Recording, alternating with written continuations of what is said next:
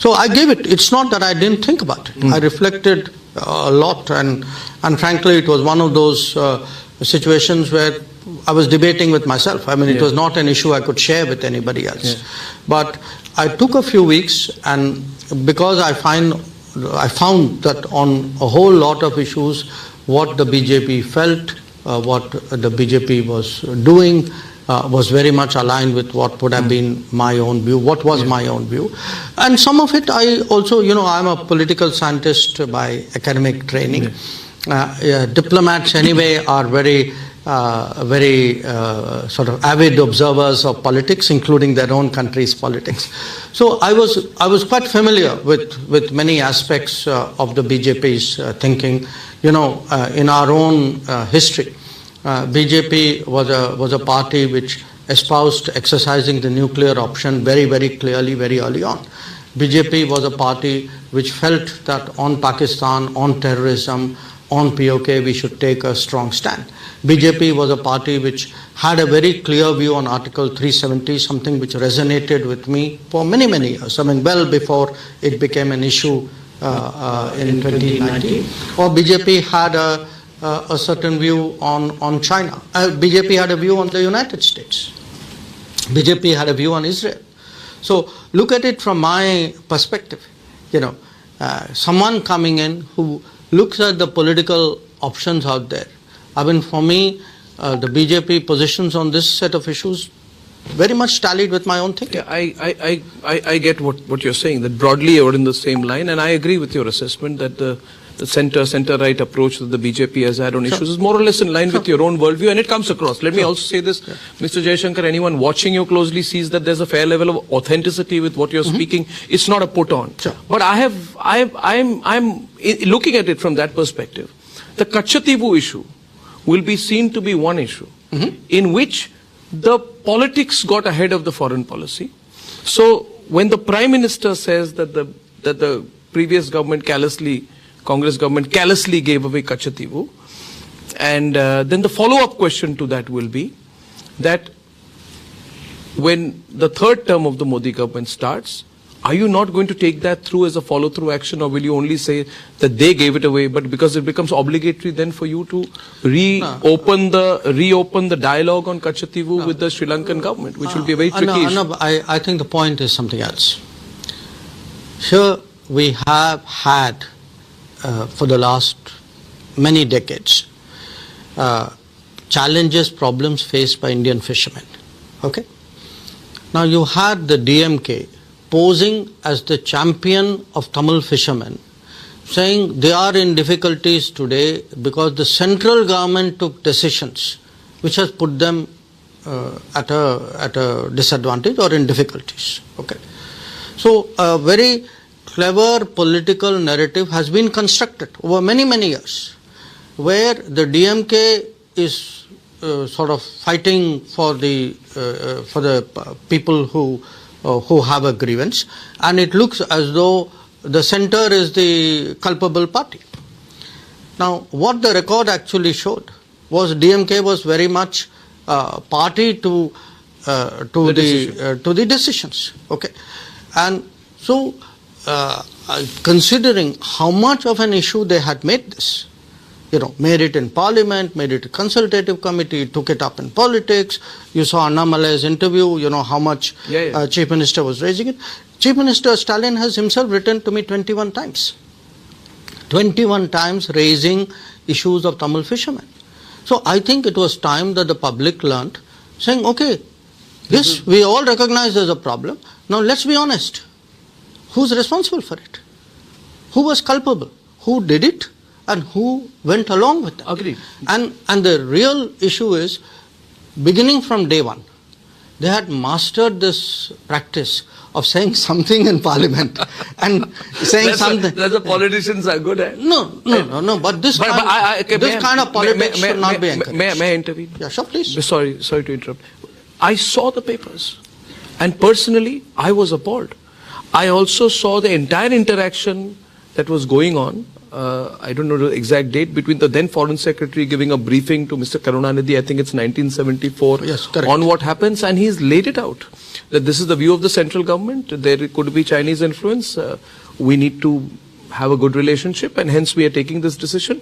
To which Mr. Karunanidhi responds by saying that is there any other way, but finally gets convinced and then says effectively that I'll go along with you, but I'll have to take a slightly low-key angle on this or a different angle in local politics. Because I have to help you manage it. Because I have to help you manage it. So it's crazy that between the center and the state, then DMK and Congress, they've come to an arrangement on the whole issue. Look, Arnab. Okay, you can say that is politics. My point is, having done that, now you are posing before the public and before the rest of the country as though you have nothing to do with it. This is the core point. I am again with it. This is at a time when, after all, what is an election about? An election is about different political parties going to the people saying, look, this is what we believe, this is what we stand for, and we ask you for your trust and your support on that basis. So we think that is very important that parties should come clean. If they don't come clean, history will come clean. I am totally with you on this. Totally, and I agree with you on this. Now, the question I'm seeing is that it's already, if anybody says it, it's already if Annamalai says it. The Prime Minister of India says it. A follow-up statement is made by the Foreign Minister of India. Then the Sri Lankan Foreign Ministry responds, saying this issue is resolved 50 years back. My specific question to you, sir, is can we now, we realize the issue of accountability, hypocrisy, giving it away, duplicity of DMK, Congress, etc. understood.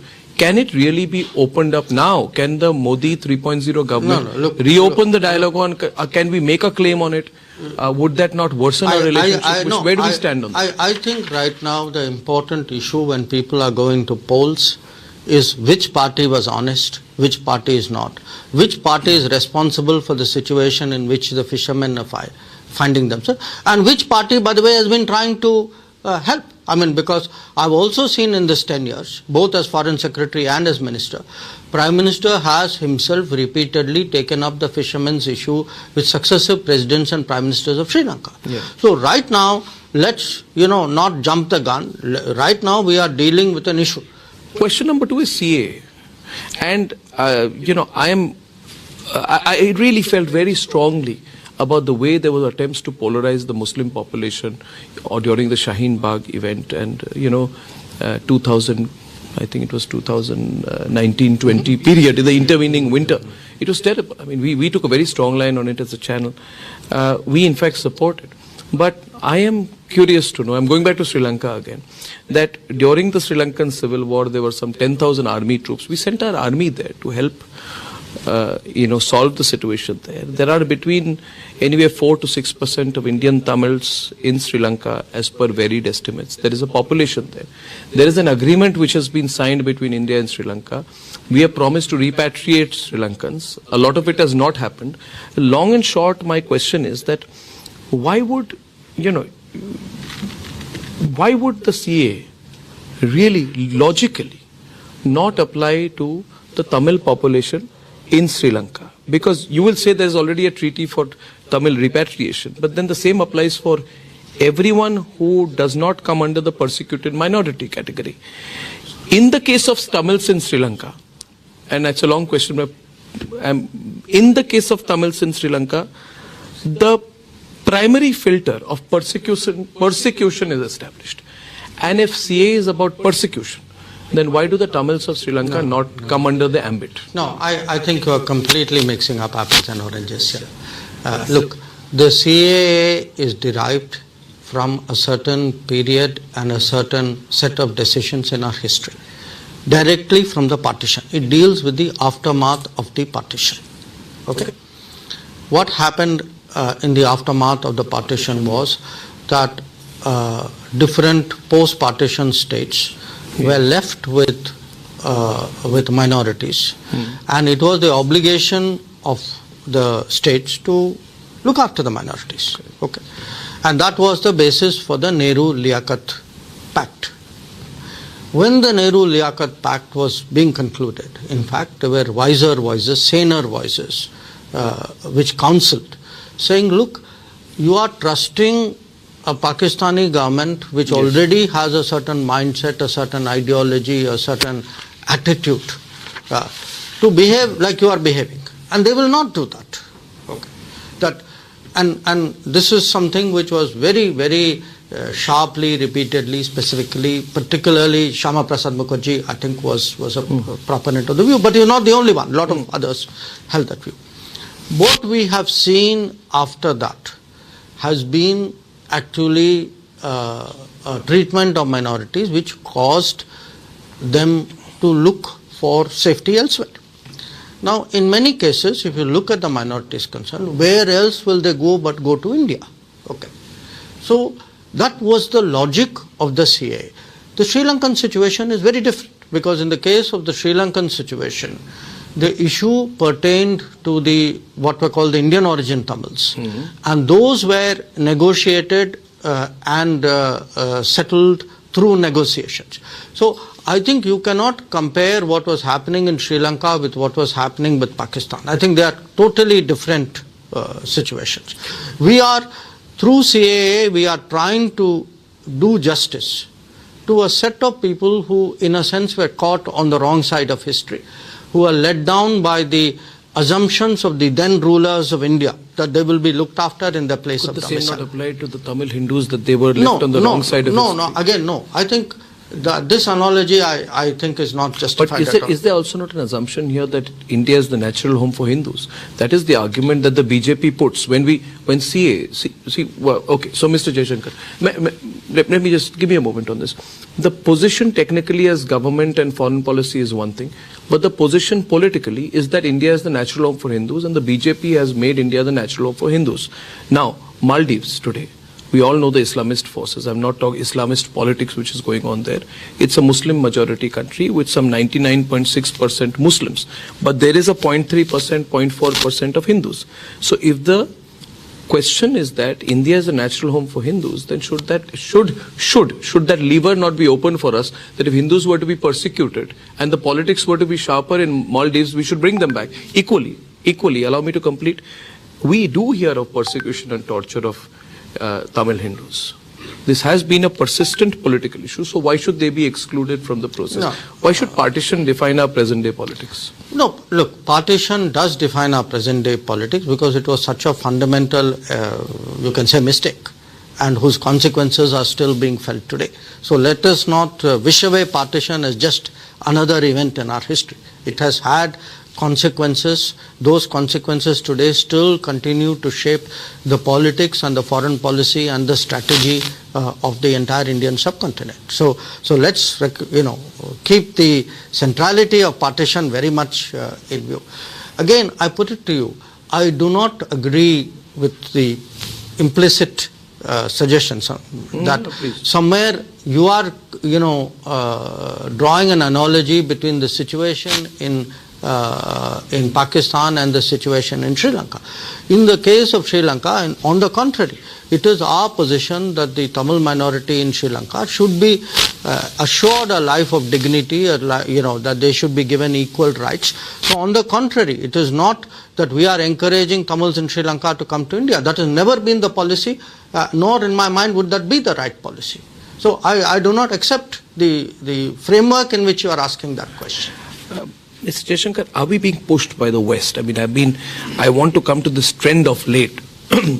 And, I've been noting the events, this trend of late of the West, really sharply, especially since January, February, and increasingly now with frequency. 27th March, the United States State Department made a very, very specific comment on the internal matters of India, mentioned arrest of Mr. Arvind Kejriwal, then went on to specifically talk about the income tax action on the Congress party. I saw it and I felt the question was planted. I did a debate on it that night. And I also surmised that the answer was also rehearsed. Planted question, rehearsed answer. So my assumption is, and I said on that night, America is deliberately doing this. They are pressurizing us. Then there was a comment by Germany. Then there was a slightly more sedate answer by the United Nations. So the West seems to have a very enthusiastic interest of late, Mr. Jaishankar, on the domestic politics, especially before the elections. And we've seen this, some Australian channel running stories on the Indian Prime Minister accused of stifling dissent. Germany makes 2 statements regarding Kejriwal's arrest. Then the US makes two statements, deep concern over Kejriwal's arrest, freezing of bank accounts of the Congress party. You are summoning the ambassadors, they are going back, but no reparative action. And to top it all, the UN secretary, the UN office also made the comment. So my question is, Mr. Jaishankar, I won't get into why this perception is there about India, because it's not perception. Is it the deep state getting back at India, especially because they are seeing Narendra Modi come in for a third term? They want to apply the pressure, and they're not being very friendly about it. And is it the deep state getting back? Is this orchestrated? It can't be one-off. It has to be within nations, Five Eyes, or something more deep than it's not accidental. I mean, it doesn't appear accidental. I'm sure not to you either. Please. I would use a different construct. Sure. The construct I would use is we live in an era of globalized ideologies. Okay. So what happens is people who espouse a certain line of thinking, let us say in India, would have counterparts or mirror images in other parts of the world. And in today's politics all over the world, these similar thinking I would use is fellow travelers. We live support in an era of globalized. When one is down, so what the happens is tries to help out a certain line of thinking. This is by the way not necessarily with specific reference to counterparts or mirror images foreign ministry in other parts of the remarks. I'm making it as a general. And in today's politics, for example, newspapers, TV channels, social media, reports, ratings of various support each other. What is this entire phenomenon? When one is down, this entire phenomenon, so what actually tries to globalize, tries to help political certain line of thinking. This is share not necessarily with similarities to counterparts who have also done ministry. The remarks I'm making it as a general. And in any part of the world, for example, newspapers, TV channels, and their choices, ratings are not doing well. Support each other. Then they try from outside one is down. This entire phenomenon legitimize, delegitimize, pressurize to globalize. This is political. Broadly the far for the cause. This is the reality. It's not possible. I'm going to challenge. Who have also done the remarks I'm making it as a general. And how does one react to newspapers, TV channels? You react to it at a political choices, by countering, not doing, by challenging each other, then is putting alternative one is this entire phenomenon, not turning the other cheek, not saying this is one very prestigious newspaper in America, so it's not possible. I'm going to challenge, accept it or bend to it or so making it and particularly, we've seen this a lot of it out of New York and London. These are not doing traditional angles. They are putting alternative sort of hubs. Not so politically, this needs to be countered. Alternative narratives need to be out. It has to be clearly put or the kind of vote bank politics that the kind of special interest and in particular fact, we've seen this a lot of it actually on the ground, not doing traditional while preaching a certain sort of not so I would say vision of progress. The reality is if we look at even the globalization vision, clearly narrow segment of kind of vote and actually large masses get left out, which is why there is today a global reaction. By the way, we are today confident enough, strong enough and independent minded enough that we will not be swayed by what happens. We will do our own thing and we will counter it by our vision of with the pressure, the reality, with the pressure.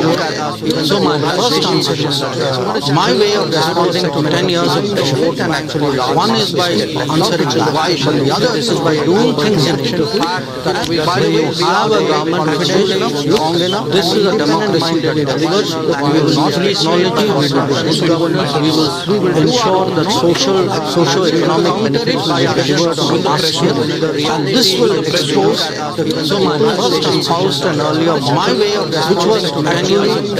This is one way. One is by the other is when it comes to this is by doing things in diplomacy. There is an entire government which is, people have manners, nations should also have manners. Sometimes people's manners are not good enough. I'm afraid the social associations to make many things. So when people with good manners, countries with good manners, are not just imposed an earlier my way of which was to comment on the internal politics. Once you start doing things in the what happens is you open people have manners, nations should also. This is not going to help anybody else. So the point here is tell such statements in your own interest. Please don't go down manners. Countries that are not and also when they do it, come again, don't turn the other one. Once you start doing things in the what happens is you open people have manners, nations should also. This is not going to help anybody else. So the point here is tell such statements in your own interest. Please don't go down manners. This is not an era anymore. And again, also when they do it, it's not a level playing field. The people commenting on the subjects of their comments. But historically, or at least in recent history, not in some countries believe that over many years they've commented on the entire world and that gives them a continuing right to comment. The world is changing. You're going to get pushed back. We are not an era anymore. And also when they do it, it's not a level playing field. I think Arnab, we made as straightforward. I think we made very clear what at least in recent history not I'm saying we took very strong because they've commented on the entire world and that gives them a continuing right. It's different when an NGO says the world is changing. It's very different when a government says. Why the government we wouldn't take it immediately. NGO or a think tank. But if the government has completely different. I think we made very clear what recent communicated very clearly to the American acting ambassador that we take a strong objection to what was said. And what was happening in India was not very different when it concerns of any foreign government. And that people should not. Why did they continue? Why did they persistently continue to make the I cannot Arnab either dissect it or justify it or analyze it beyond. I mean, if I feel what you have done is not correct, that we take. Why am I going into what could be your possible mindset? That's for you to happen. So, last part of my question was that it's all happening together. And is it accidental that 4 or 5 governments are all saying why did they persistently continue to make and it's official, it's not coming from UN, Germany, America. You know, is it accidental or is it coordinated? Analyze it beyond conspiracy. I mean, if I feel what I do have a view that why am I going into what could be your possible mindset? Countries, different political interests, different governments, coordinated together. That is it accidental that 4 or 5 governments are all. Will it affect the foreign policy of more than 3 countries? No, and it's official. It's not. I don't think so. UN, Germany, all these countries were to put pressure. Is it accidental? Would it affect our domestic politics or our? What do you mean they're going to put pressure? Is that going to make a difference to our elections? Countries, different political interests, different governments. I mean, do you think anybody in this country wants to be told by some foreign government as to what is right and what is wrong? And if you look at this, here is a bottom line. There is a process of pressure. There are legal issues. In these countries, does the law stop an election stops? Is that going to make a difference to our elections? So, do they expect the law to stop in political interests, governments? Do you think anybody in this country wants to be told by some foreign government? Fine, they said something, we answered them back. We've been very clear. I mean, nobody faults us for lack of clarity. That much I can assure. There is a process of pressure. There are legal issues. That's where it's in these countries. If in their wisdom they choose to say something, then in my wisdom I will also. So do they expect the law to stop? What you say is very assuring, very reassuring for a lot of our viewers. Do you think anybody in this country Jaishankar, maybe a place to as a global story. Things are going to dynamically change. The Prime Minister speaks about Viksit Bharat, and there's a genuine sense of excitement about it. And I must say that the way the government handle Ukraine. I've said it once. The Prime Minister was such a history will remember. What you say is very assuring, very reassuring. The world will not want us to balance different books. And your answer to that, maybe we are not balancing both. We are balancing both. But if I go into a detail of my message in the Ukraine followed out it. And I must say, announcing the visit to India was not standing in front of the Gandhi statue. I'm speaking at length on the values of Gandhi, making a very subtle nudge on the moral, the moral need for India to support Ukraine in the war against Russia, being made about India abstaining from war of the Gaza message of few days ago. So there are undoubtedly lobbies and lobbies putting pressure on India was not there. Standing in front of is it going to become increasingly at length on the values of question 2, as we become more significant, become a $30 trillion economy need for India to support it's a reality. Wars and tactics, pressure tactics, all these things increase on the for people who are watching this interview in the context of the general lobbies and they would want to know whether you feel these pressures will increase and therefore whether you feel whichever government comes, question 2 is in India. As we become more significant, become a $30 trillion, we'll have to take a little bit of a continuity route on our it's a reality. Wars and tactics, all these things increase we all like to say this, that foreign policy is largely an exercise of intuition. Like anything in life, it's partly true and partly true. I can give you examples of continuity, I can give you examples of differences, sometimes sharp differences. I think today, if one looks at our relationship with the US or our response to China, handling of Pakistan, stance on West Asia, Israel, I would argue that a lot of these would have been different had a BJP Sarkar under Narendra Modi not been in power. Okay. But having said that, your question, so it does matter. It's not like foreign policy runs on autopilot. It doesn't matter what government comes. I think it matters very much what government comes. I mean, this government, for example, has a very robust policy on counter-terrorism. It has a strong policy on defending our borders. It has a view about standing up to pressure. You mentioned Ukraine. I could give you Quad as another example. The pressure not to go ahead with Quad. So it does matter very much who is in power, who is the Prime Minister, what is the vision, what is the level of confidence. These things do matter. Your question, will the pressures increase as we become bigger? Yes. It's natural as any country rises, particularly a big country rises, that there will be others who will, in a sense, some will look askance, some would be uncomfortable, some would downright oppose. We are seeing shades, of course, shades of it.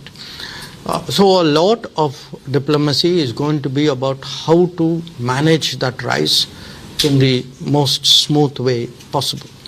Now, if you look at China's rise, China essentially rose, I would say, between about 1990s till the early 2010s, the 20 years. Those 20 years, China had great stability in the international environment.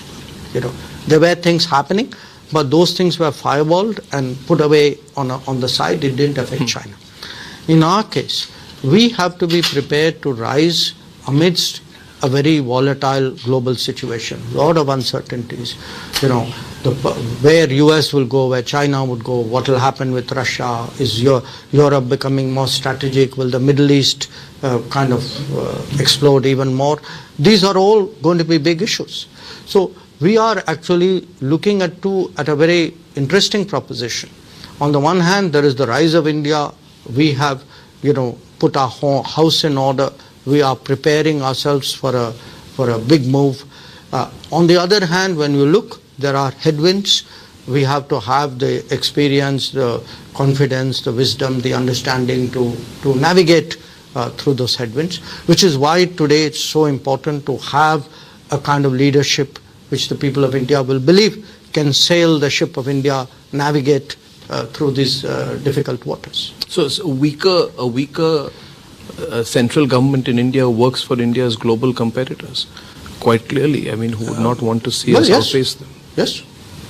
To put it more directly, having Narendra Modi as Prime Minister of India is not in the interests of those who may be concerned that we will be outpacing them. Let me put it to you positively. I think, am I putting it? No, I put it to you this way. Having Narendra Modi continue as the Prime Minister of India is obviously in the interest of India and the people of India, but I think is also very much in the interest of friends of India and those with whom we have converging interests. Because there are a lot of countries who today, they may differ with us. Yes. I mean, we discussed some of the Western countries, but by and large, Western countries today want to see India grow. They want to see India forge ahead. There are these strong lobbies, and did you see the Guardian article, which featured an article saying I don't normally read the Guardian. Is there a particular article? Are you feigning ignorance of that? No, I don't normally read the Guardian. I don't normally read the Guardian, but there was an article which caught my attention. And I'll. It's not about my views on it. I'd like your views on it. Because the article which said India's Foreign Intelligence Agency, referring to RAW, allegedly began to carry out assassinations abroad as part of an emboldened approach to national security after 2019. Mm-hmm. And interestingly, on the heels of this, another American paper, the Washington Post, I don't know if you read, says India was a miracle democracy, but it's time to downgrade its credentials. And, in February, a British publication said India's civil society is under attack. The crackdown is heart-rending, hurting policy making, millions of poor Indian lives. I wouldn't be concerned about the generic comments, but I am seeking your response to the very specific charge that we are carrying out assassinations abroad and quoting unnamed Indian intelligence officials, etc. Look, as a generic, on the first issue, since you cited a lot, yes. If a bunch of Western journalists have a problem with what is happening in India, that's their problem. Okay, we've been through that ground before. I've brought out to you the biases, the ideologies, the condescension. Yes. I mean, the whole syndrome out there. So I'd say I kind of wave it off. Thank you very much. I know how good a democracy I am. I am today a democracy that really delivers. And if we start getting into merits of democracies and the qualities of democracies, there may be a few home truths that I may have to give, which you may not like. But let's put that aside. The second the issue, if in regard to what you said, I think this pertained to Pakistan. Sir, this pertained to the alleged assassinations in Pakistan. Yeah. Several individuals. Many of them who are terrorists.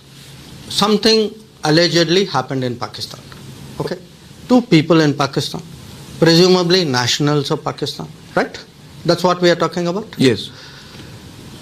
Then you have the wrong end of the stick here. People should be asking Pakistan, who are these people? Who are these sterling citizens of yours who made such valuable contributions that their demise, alleged or otherwise, untimely or otherwise, is an object of international attention? So let's do some digging out here. Who are these people? Why are their alleged deaths causing concern? That should be the beginning, no? Presumably, but the question is, the charge is being put increasingly of late that India has this Mossad, Israel type approach where you enter the borders of other countries and carry out assassinations. My question is still not being answered. My question is, if some people allegedly died in Pakistan for whatever the causes, let's first discuss who are these people. It's well known. Many of them are terrorists. Many of them are okay. So can I presume we did the background information. We checked it. I mean, obviously the reference is to terrorists. Many of these terrorists are people who have played a role in carrying out terrorist attacks on Indian soil. So some of them, including taking part in these alleged deaths in Pakistan of certain people are terrorists. Well, you remember that Hillary Clinton bit about snakes in your backyard. I think you have enough snakes in your backyard. Snakes may bite each other. I mean, I don't know. I mean, it's happening in Pakistan. It's for them to figure out what is happening. But I would only say this. The moment I see that word intelligence in any article, I can tell you what every foreign office of the world will tell you. No foreign office, no foreign minister, no foreign office spokesman ever comments on anything. The moment you see that word intelligence, we have nothing to say. Why is that? That is because no country does that, no government does that. So are you saying that it has no credibility whatsoever, that particular article? I'm not saying anything. I'm just saying that there is a standard way by which every government responds to anything to do. No government responds to intelligence speculation. Sure. Let us say if this paper had made some article about British intelligence, you think the British Foreign Secretary would be saying, oh yes, come on guys, let me tell you everything about this? Of course not. Yes, no, but in an election time I'm seeing that, as well as another article in the New York Times which says Modi is where global democracy dies. On 7th of April, a British paper, the Financial Times, comments on the 2024 election being the last democratic election in the country. And you're smiling. So, okay, so would it be that you failed to convince the Western media, despite our stellar relationships with each of these countries, on the robustness of Indian democracy? And how do you read this increasing frequency of these articles on the eve of what is seen to be a historic election in India? Look, I mean, obviously. Tell me one thing. I mean, you and I are sitting here in India, a week away from the polls beginning. Do any of us actually feel that our electoral process, our democracy is in any danger? On the contrary, pick up today's newspaper. What do you see? You say leader A saying this, leader B saying this, opposition party, somebody doing this deal, somebody crossing over that side. The democracy is in action. No, they may be living, they must have some view of India on some other planet. But you see, can you actually, do you think any Indian actually believes today that our democracy is not working? But do you not see a link between Rahul Gandhi going abroad and saying the Western democracy should come and save us, and the comments coming so much so, and increasingly the State Department speaking up for them and the articles coming out? Do you not see a link between his appeal and their follow-up action? I do see, and in fact early on began with that. I do see a global elite which often has preferences. When their preferences are not endorsed by an electorate, they apparently get upset about it. So these things do happen. And I also do see, by the way, I do see politicians from India, and I have called it out before. You cited one example, that going abroad and inviting others to come and interfere in this country, which I believe is wrong. I may have my differences with you, but I don't think, look at our history. What happens when people go abroad and invite people to come? Yeah. Okay. I think this is it encourages that trend. You feel it encourages that trend? I think that's bad for the country, it's bad for the politics, it's bad for them, by the way. Because it shows you are so weak that you have to go outside and ask people to come and support you. So Mr. Jaishankar, we referred to it some time back. Can it all get undone? Can it all come tumbling down? We're talking about an election where everybody is sort of assuming that it's going to be a sweep for the BJP. And we've gone a certain route under the Modi government on foreign policy. It's not about 24, 29. My question to you is, we've seen what happened after the Pathankot, Balakot airstrikes. We've seen what we did with the Russian oil imports, how we took a position. But we've also seen, the word I would use is the pusillanimity of Indian foreign policy in the past. And I see this manifest, for example, in the Congress Party manifesto, which says, straying from foreign policy, that the office of the National Security Council and the office of the NSA should be brought under the oversight of a select committee of Parliament. So one would argue then that would the National Security Council or Mr. Doval's office, which he holds today, come under the supervision of the Danish Alis and the Mahua Maitras in the future? It's a very realistic question, because it's been put up as a proposition, whereas the world is getting specialized, domain experts. So I asked myself, were it not to be a straight election where we see a Modi victory, would it not be a matter of concern that the most populous country in the world would have its foreign policy turned on its head should the result be different? I think fortunately there won't be cause for concern. Oh, fortunately. Yes. So I think your worries are misplaced. This time. No, look, I'm optimistic about our country. I'm not saying we don't have challenges, but since you mentioned some things, let me respond to it. First of all, you must be one of the few people who's read the Congress manifesto. I don't know how many places. I read. I have even. I compliment you on your hard work. I would even read the CPM manifesto.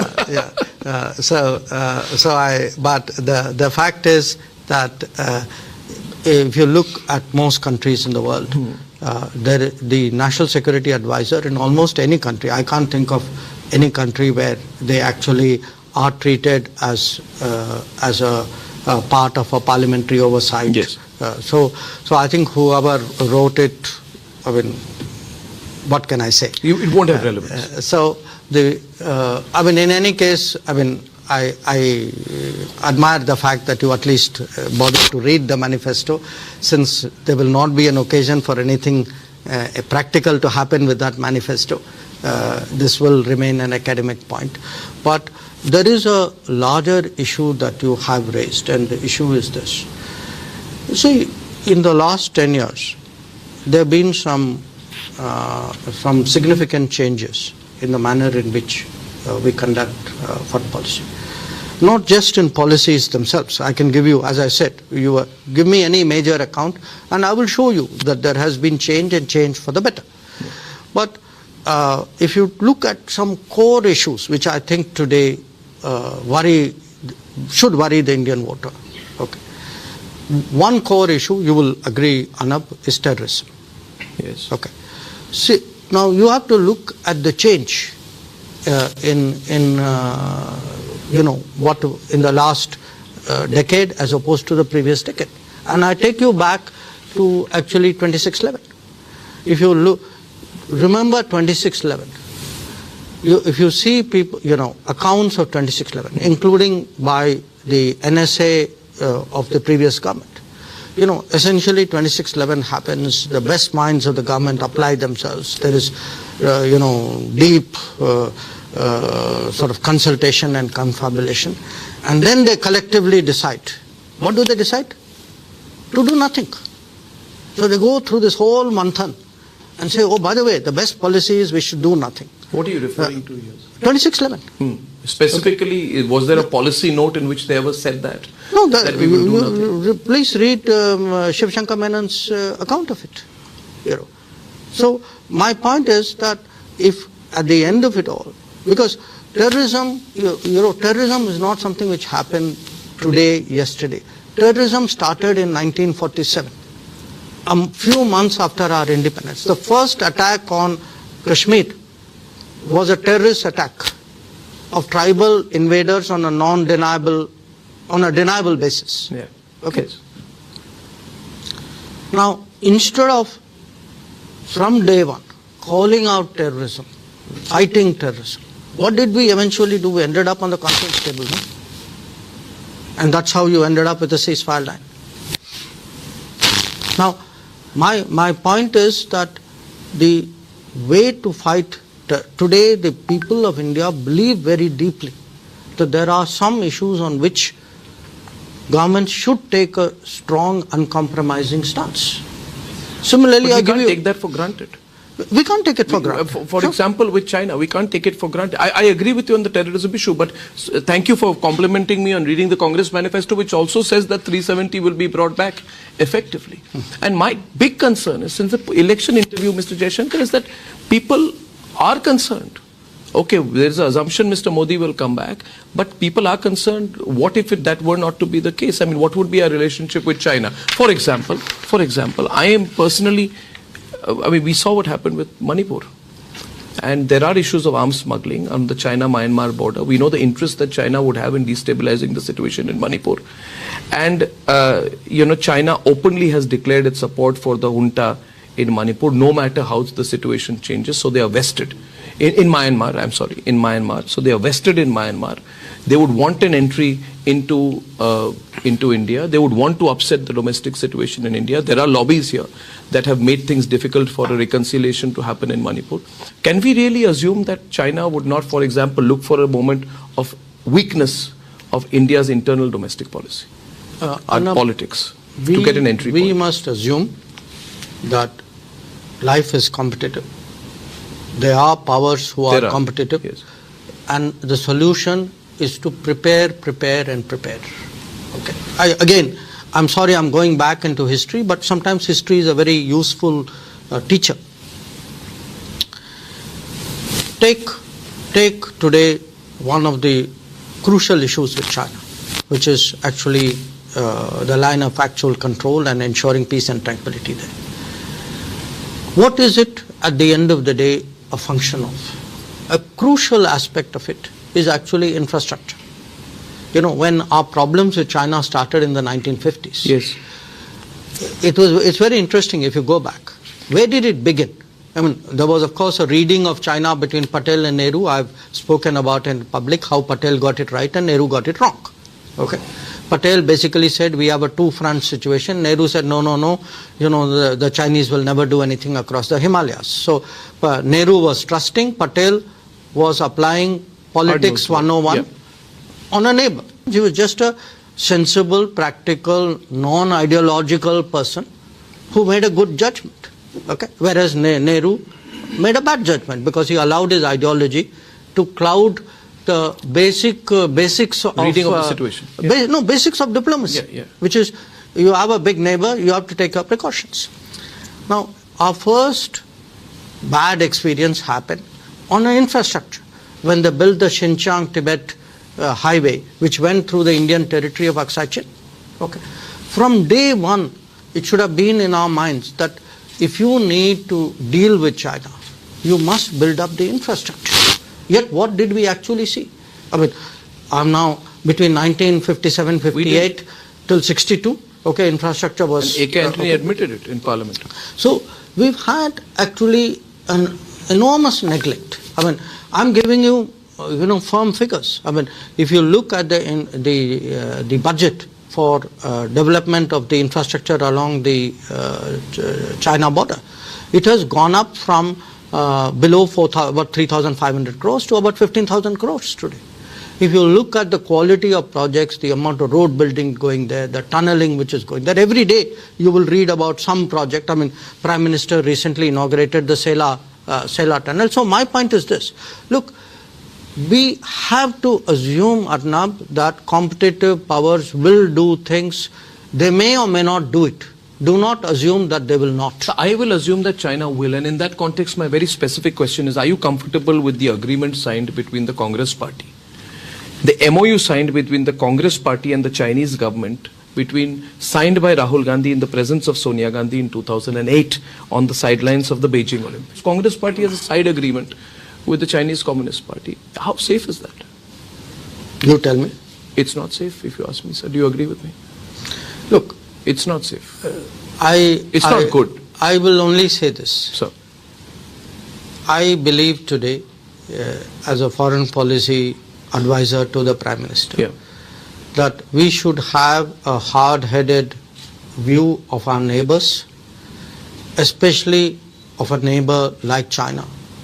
That in that sense, the Patel tradition, rather than the Nehru tradition, should guide us. It's not like nobody wants bad relations with neighbors, but good relations cannot be built up on weakness. Good relations cannot be built up on carelessness or on ideology or on misplaced ideologies that but if you have this approach government to government, would the BJP go and do an agreement with the Chinese Communist Party? Does it not compromise our national security somewhat? Does it? I mean, and the document, nobody knows what it is. I mean, is it in the country's interest for parties in government or parties in power or opposition to have these arrangements with external governments? You just heard me tell you when it came to DMK. Yes. Why I believe that transparency and openness are important. Yes. I believe that as a matter of principle. You think the Congress should disclose that document? As I said, go ask them. But it's not a good thing. I think more or less, I think you've you're making the point there. Mr. Jaishankar, finally it is established that whenever a central force is weakened, the state is weakened. And one of the political issues which have been happening of late is the Congress saying that India is not a nation. It's been since we are in the heat of a national election, the Congress party leader goes and says India is not a nation, it's some kind of a negotiation. And you may agree or disagree with the reference, but since Brexit... No, I strongly disagree. With that, yeah. Yes. Would you like to respond to this view that India is not a nation? The comment made everywhere, it's a negotiation between states, it's not really a nation in that sense. Can I get your thoughts on it? I cannot believe that for any right-thinking Indian, Yes. India can be a negotiation. How can it be a negotiation? I mean, this is our core belief. It's our existence. I mean, how can your core identity and your core commitment? I mean, a nation is what defines people. Every individual. Yes. How can that ever be a negotiation? This has been said repeatedly. I know, and references to India and the EU are made. Would you not think that since Brexit in 2016? No, look. We are told that India is like Europe. You know, India should be like Europe, like the European Union. India is not like Europe, not like European Union. It's not like Europe on many other things. To begin with, we are a 5,000 year at least civilization. Correct. I think that alone sets us apart. But quite from the polity aspect of it, the European Union is something completely different. The European Union was a relatively recent construct, which is treaty based, where there were prior national identities which were merged. Yes. You are now talking about an India which is a civilization, a culture, a tradition. It is something which is our soul. Yeah. And if it is your soul, how can it be? I personally find it totally appalling. But it's been said increasingly. But if you are a person not appreciative of our culture, if you are dismissive of our civilization, if you do not understand our heritage, then you could say such a thing. I won't. Yeah. And I frankly, I found that a very extraordinary comment. It's a disgraceful comment, but again, since you're complimenting me on reading manifestos, it was part of the manifesto of the Congress which said we should move items from the concurrent list to the state list, and the attempt at sort of weakening the center. Mr. Jaishankar, we've had the issue with Canada. Where does it stand right now? I mean, where is the issue with Canada? Question one. And, on the 21st of March, an AAP leader, Raghav Chadha, met a British MP, Preet Kaur Gill, who has advocated for Khalistani groups in London, France, Germany. We've had the Amritpal episode play out in India. We have seen the Khalistani imprint on the 2020 farmers' protests. We are concerned as a nation that whatever our domestic issues are, there must be no foreign interference. And questions have been raised about whether the Aam Aadmi Party, allegations have been made, have had links with the Khalistani forces in Canada. So comment in the current political situation on this, this conviviality between groups in Canada and political parties here. One, and where are we placed on the Canada issue? Let me come because they also accused us recently of interfering in their election. That was a bit thick coming from them. Look, the point is that where are we placed vis-a-vis Canada? I think we have had a very difficult relationship with Canada. And we've had a very difficult relationship with Canada because Canada, for political calculation, has given space to extremist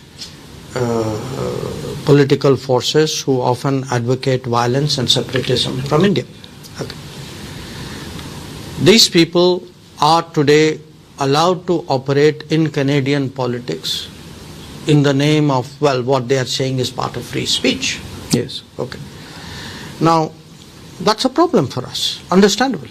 Yes. Yeah. And particularly if in the name of free speech you have taken it to a level of threatening diplomats of India, of any foreign country for that matter, of intimidating legitimate diplomatic activities. And I often ask my counterparts, how would you feel if the shoe was on the other foot? If this was happening to you, you'd be screaming. Yeah. So I think it's important that that kind of space not be given, that this intimidation and harassment of diplomats is not condoned. Yes. And that where there are cases, after all, we are democracies, we are members of Commonwealth, where there are extradition requests, where there are known terrorists operating out of Canada, that these requests are honored. So that is where we are on Canada. We have right now a frank engagement on this. I talk to my counterpart, some other colleagues talk to this. And I hope very much that we have seen, I would say, cooling down there was a time when things had got a little heated. So I think that temperature has come down. That's where things are. Regarding your issue I'll come to that. Your issue of foreign interference. Yes. I think if you actually see who is interfering where, we all know, which leader and in what situation who has commented on whose politics. Yes. So I think for any country to accuse India of interfering in its politics, I think is absurd. I think in many cases, if we put a mirror in front of them, I think you will get the answer. Your third question, who is hanging out with whom in London? There is other relationships. There is a old saying that you are known by the company you keep. I would have thought, particularly at a sensitive time, politics being what it is, people would be careful. Yeah. If at this time, you feel that a company of known advocates of Khalistani cause is the preferred company, I think that says a lot. Yeah. You've been exceptionally candid. May I ask you, before I ask you the last question, you've been very straightforward on a lot of things, and I must say, Mr. Jaishankar, that we've seen foreign ministers hold back a lot, and you don't hold back. You wave away some questions, but you do take all of them. So my last thought to you, and this is something we want to hear from you. You have a lot of people who are your followers, Gen Next and otherwise, and I want you to comment on this increasing narrative of suspicion towards the 400 plus issue. The Prime Minister is going and saying 400 par, 400 par, 400 par. And there is a commentariat which says there is a deep and sinister motive behind getting 400 par, because if the BJP or the BJP-led coalition gets that kind of government, that kind of numbers, they're going to overturn the constitution, remove democracy, change the basic nature of the constitution, introduce a presidential form of government, have a Hindu-only government. There is this aspect of creating a little impression, especially because the Prime Minister has also said, and everybody has said, that fundamental, be prepared for big changes. This is only an appetizer kind of, statements have been made by political leaders as well. But there's nothing sinister about that. You know how it's being read, that, oh my God, big changes. What are these big changes that will be brought in the third term? Viksit Bharat. Is that just that or something? No, look, first of all, if people, it's like saying those who will not pass an exam are worrying about a student who will get distinction. And saying, oh, it'll be bad if you do well, because I don't have the ability to pass the exam.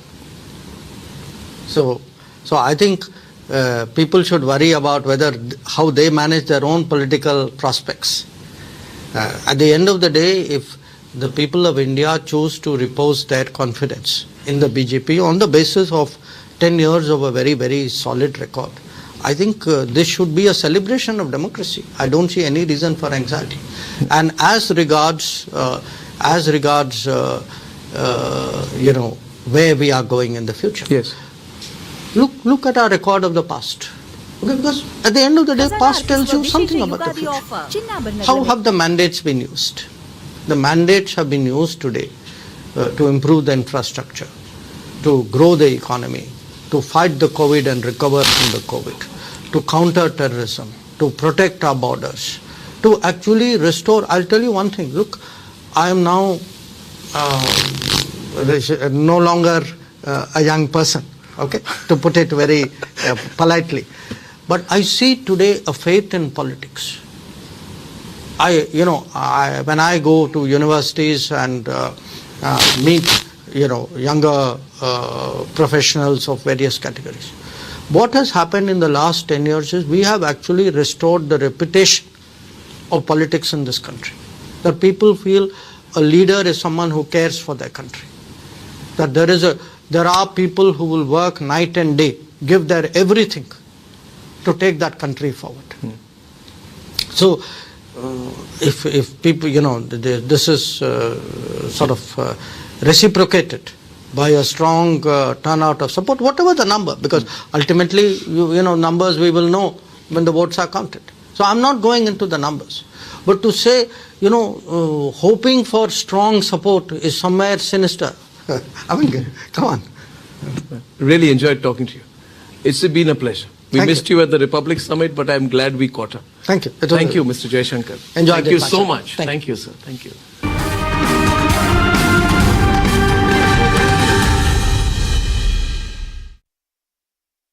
Kane, sir, your dinner. On a tile? It's antibacterial. Scratch resistant also. But plates? Cane by. It's a tile ad.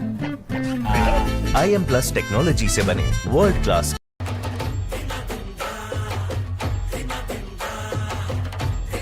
ಇಲ್ಲಿ Haldiram's restaurant ನಲ್ಲಿ ನಿಮ್ಗೆ ಸಿಗುತ್ತೆ ದಿನಾಧಿಂಧ ಖುಷಿ ಕೊಡುವ ದೇಸಿ ರುಚಿ. ನೀವು taste ಮಾಡಿದ್ದೀರಾ ನಿಮ್ಮದೇ ಆದ ದಿನಾಧಿಂಧ Haldiram's.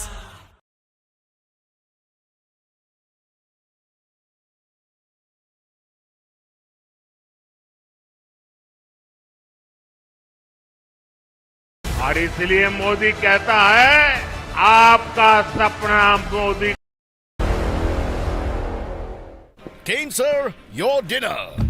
On a tile? It's antibacterial. easy to clean. But plates? Cane by. It's a tile ad.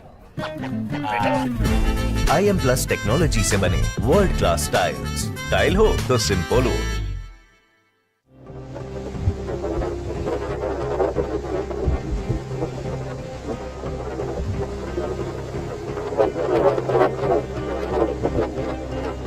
Kane, sir, your dinner. On a tile? It's antibacterial. easy to clean. But plates? Cane by. It's a tile ad. IM Plus technology से बने world class tiles. Tile हो तो simple हो. Amity has been ranked among the top universities globally for producing the most employable graduates by the Times Higher Education UK. Yet another testimony to Amity's excellent placement record.